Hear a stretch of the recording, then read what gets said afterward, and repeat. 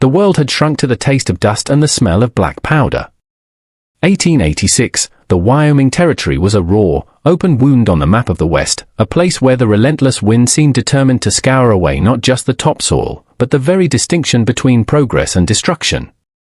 For Isaac Hawthorne, a rancher whose land stood in the path of the Union Pacific's relentless march, the world was the worn leather of his saddle and the unending thunder of dynamite. The fight for the Sweetwater Valley had been a slow-motion meat grinder, a brutal acre-by-acre struggle that had eroded the souls of the men who fought it. The railroad baron, Bartholomew Kane, called it the artery of the nation, the final passage before the continent could be truly conquered. On the other side of that passage, local ranchers, settlers, and the displaced tribes fought a losing battle. Caught in the middle were the Chinese laborers, brought in by the thousands to lay the track, then discarded. They were ghosts in their own lives, hated by the white settlers and exploited by their employers. Phone, the unforgiving leader of the local Tong, had ordered his people to resist, to vanish into the hills, to fight to the last. There was no surrender in their vocabulary. That was the catechism Isaac had learned by heart. So when he and his men stumbled upon a hidden encampment in the abandoned silver mine north of his property, they expected only two outcomes: a final, desperate fight with hatchets and improvised weapons, or the grim silence of mass suicide, a horror whispered about in the bunkhouses.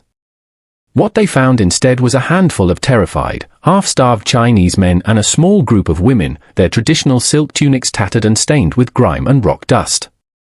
They had been cooks and laundresses for the railroad gangs, but the haunted look in their eyes told a more complicated story.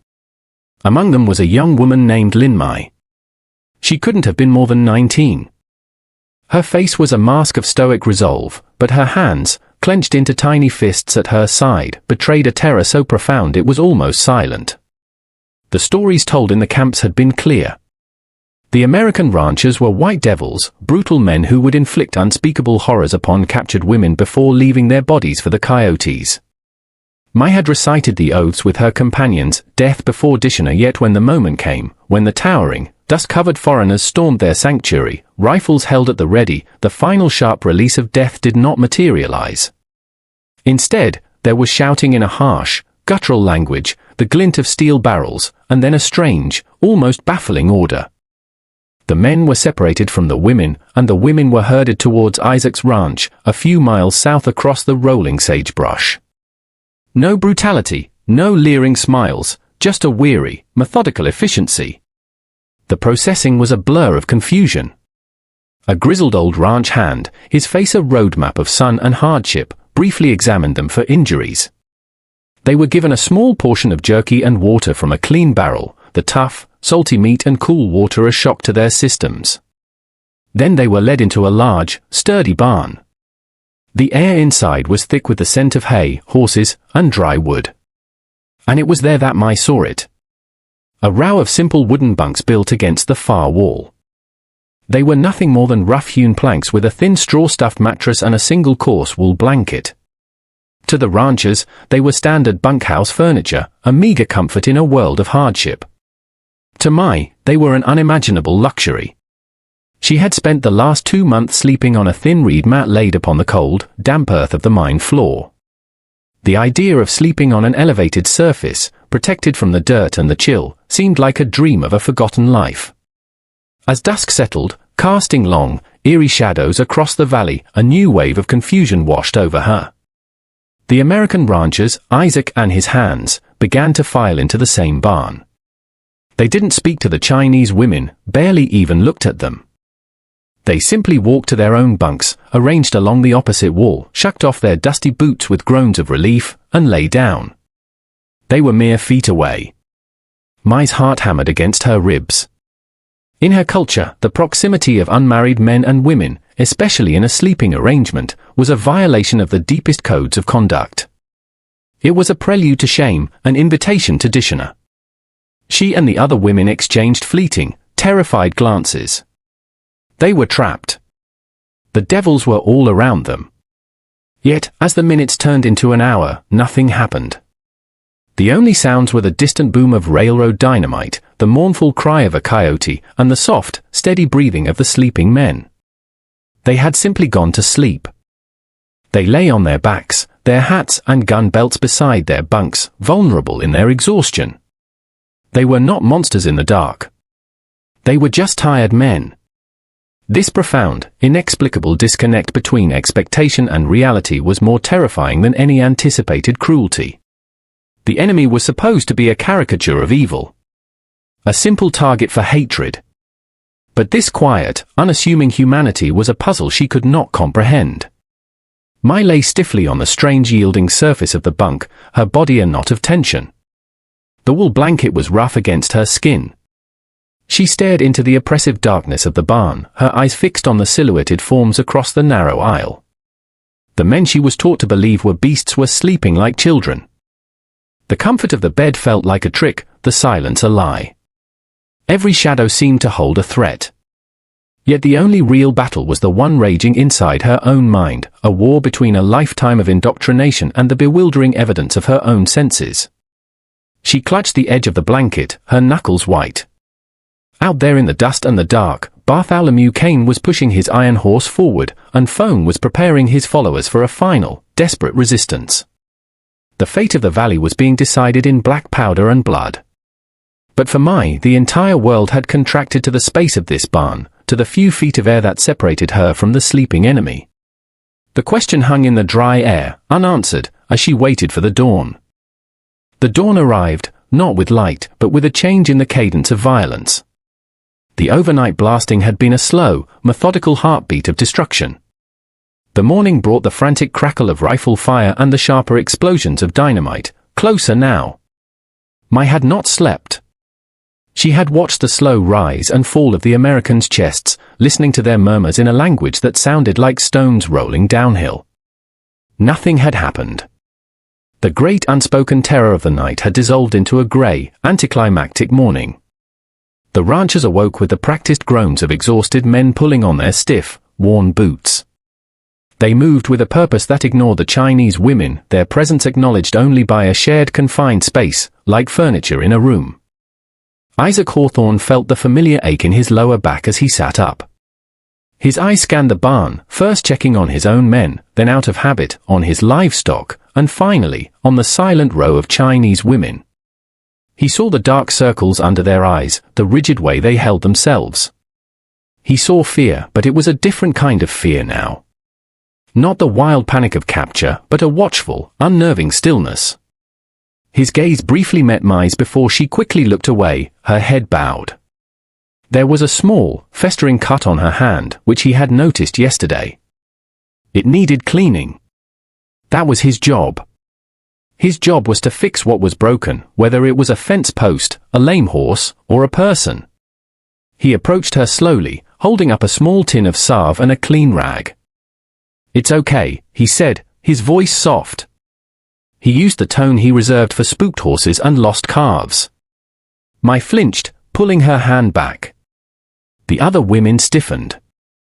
Isaac stopped, holding his hands out, palms open to show he held no weapon.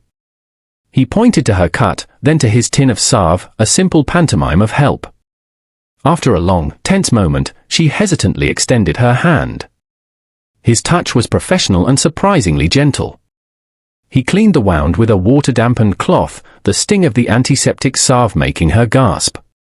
He worked in silence, his movements economical and sure. When he was done, he wrapped a clean strip of cloth around her palm. He offered a small, tired smile that didn't quite reach his eyes, then retreated to his side of the barn. Mai stared at the white bandage.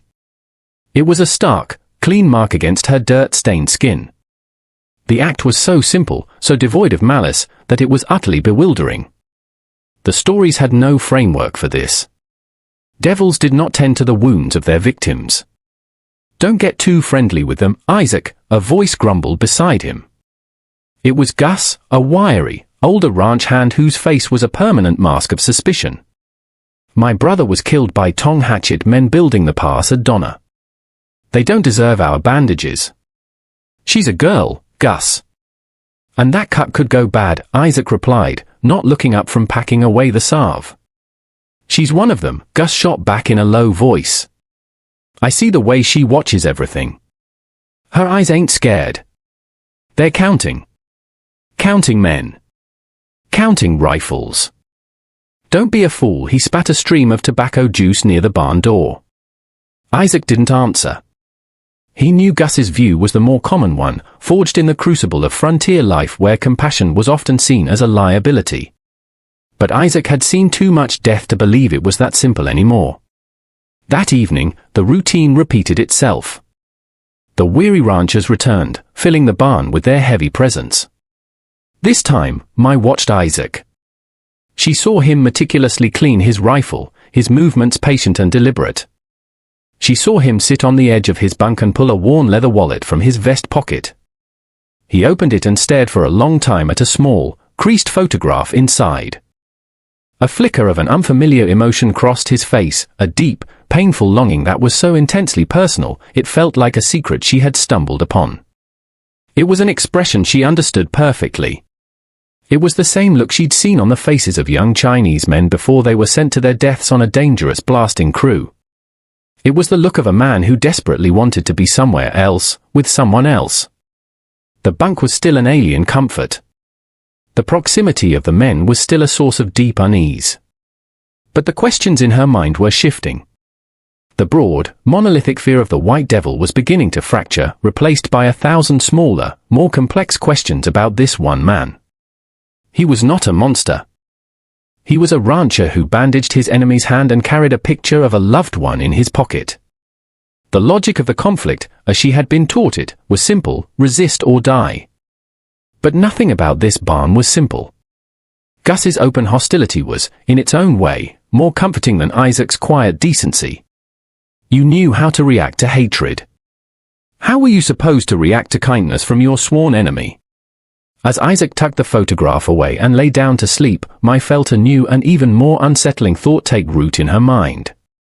Perhaps the most dangerous thing in this barn wasn't the American ranchers, but the slow, corrosive drip of doubt that was beginning to wash away everything she had ever believed to be true. Several days bled into one another, each defined by the same tense routine.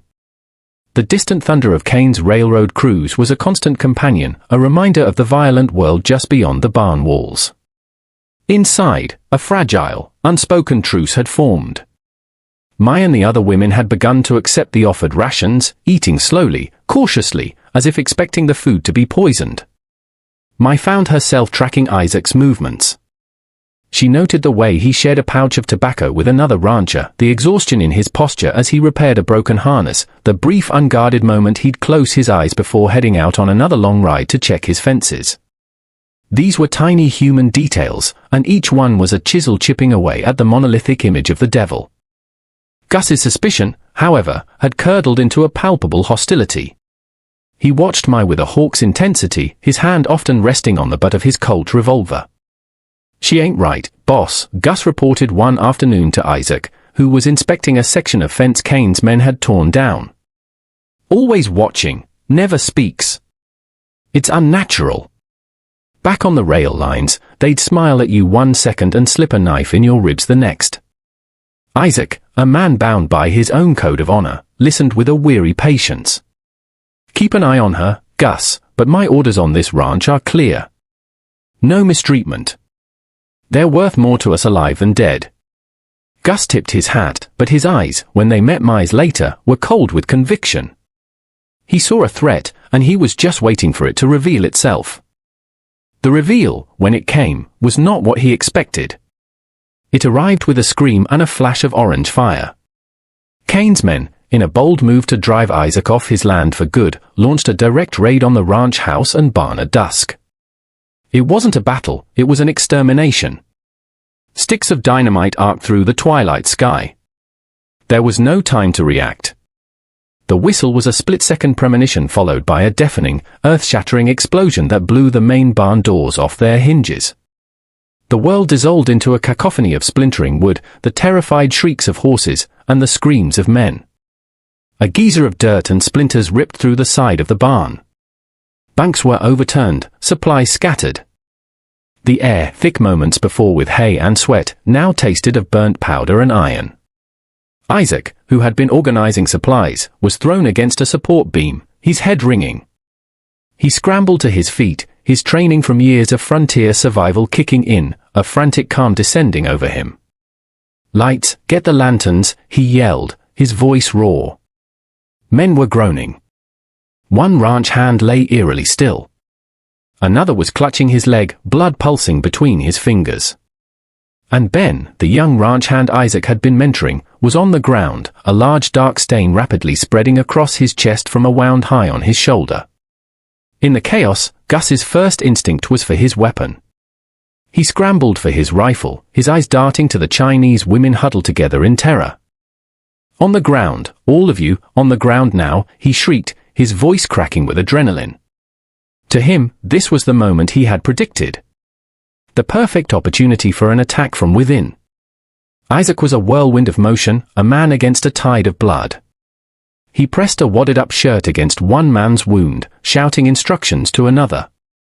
"Pressure, hold it there. Don't let up." He saw Ben and knew it was bad. A wood splinter had acted like shrapnel, severing an artery.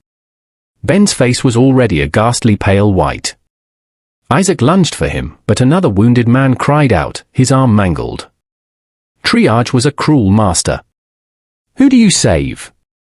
"I need pressure on Ben," he yelled over his shoulder to anyone who could hear. "Now, somebody." But the other able-bodied men were either wounded, in shock, or returning fire. Gus was too busy keeping his rifle aimed at the huddled women. Ben was bleeding out. I saw it all in a series of stark, terrifying snapshots. The splintered wood, the smell of blood, Gus's face contorted with fear and hate. And Isaac, his expression not of a monster, but of a desperate leader overwhelmed by death.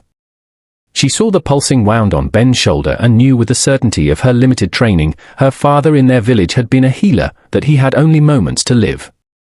The voice of the Tong leader screamed in her head. "The enemy is weak.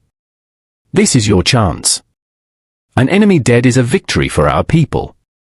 Do your duty." But another image pushed its way through the panic, Isaac gently bandaging her hand. Isaac looking at the worn photograph in his wallet. Gus bellowed at her again. "I said stay down." But Mai was no longer listening to him. She wasn't listening to the voice of the Tong leader either. She was moving. Scrambling on her hands and knees, she crossed the invisible line that divided the barn. She ignored Gus's rifle, ignored the shouts, and fell to her knees beside the dying young man.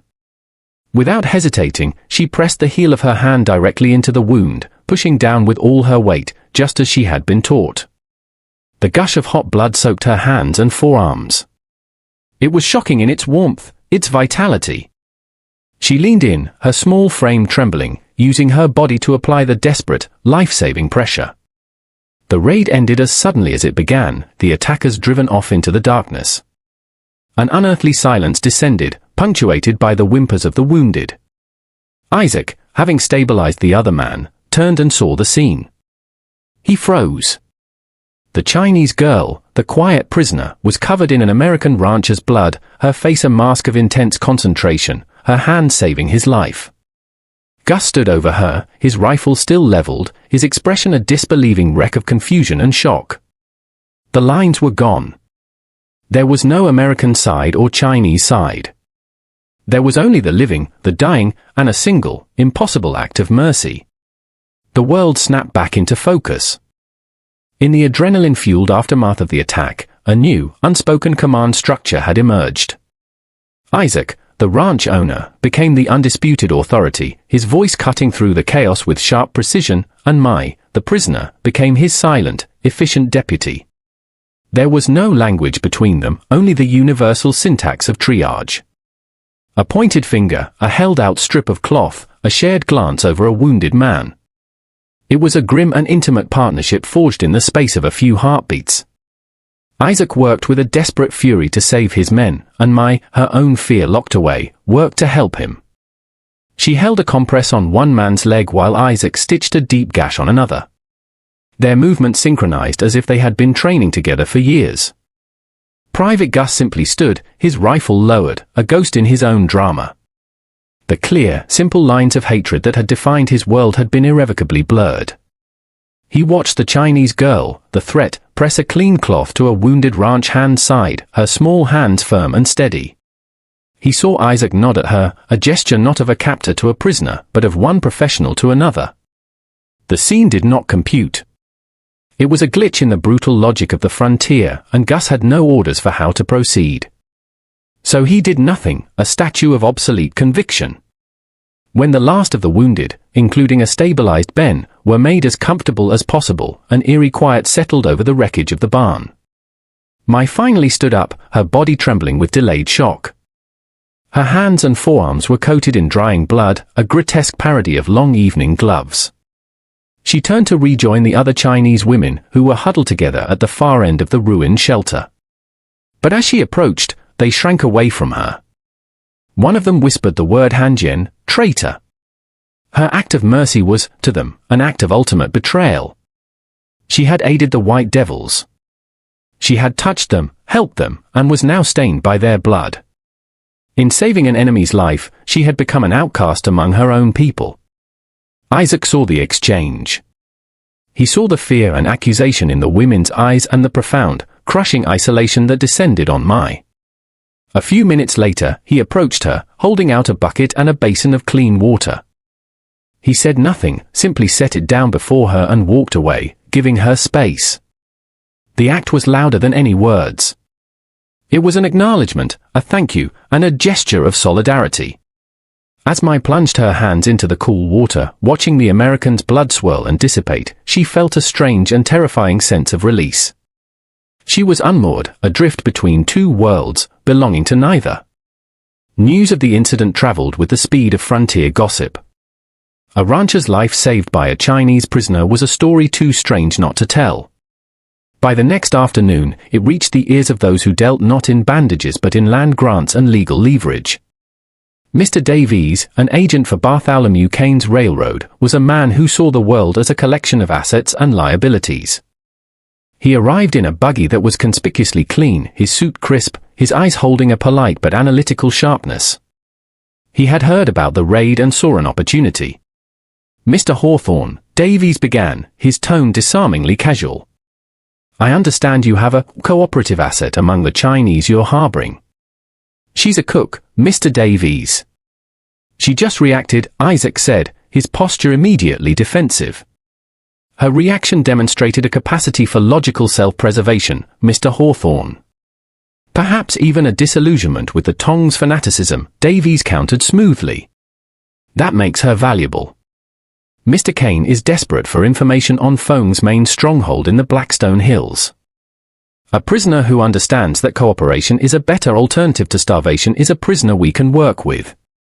I'm here to ask her a few questions." The interrogation, as Davies called it, took place in the ranch's main house. It was just Mai, Mr. Davies, and Isaac, who insisted on being present.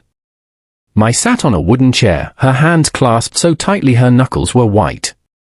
Davies began with simple questions, spoken through a translator, soft and non-threatening. But then the questions sharpened. He unrolled a topographical map of the region. "We know Feng has a command post somewhere in this sector," Davies said, his finger tapping a grid of canyons. "We believe it's connected to their main supply cache. You were with them, weren't you, Miss Lin?" Mai stared at the map, her heart pounding. She knew the place he was pointing to.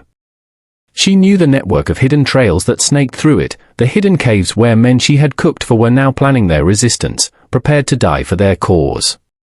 To give them up would be the final, unforgivable act of betrayal. It would be to actively take up arms against her own people.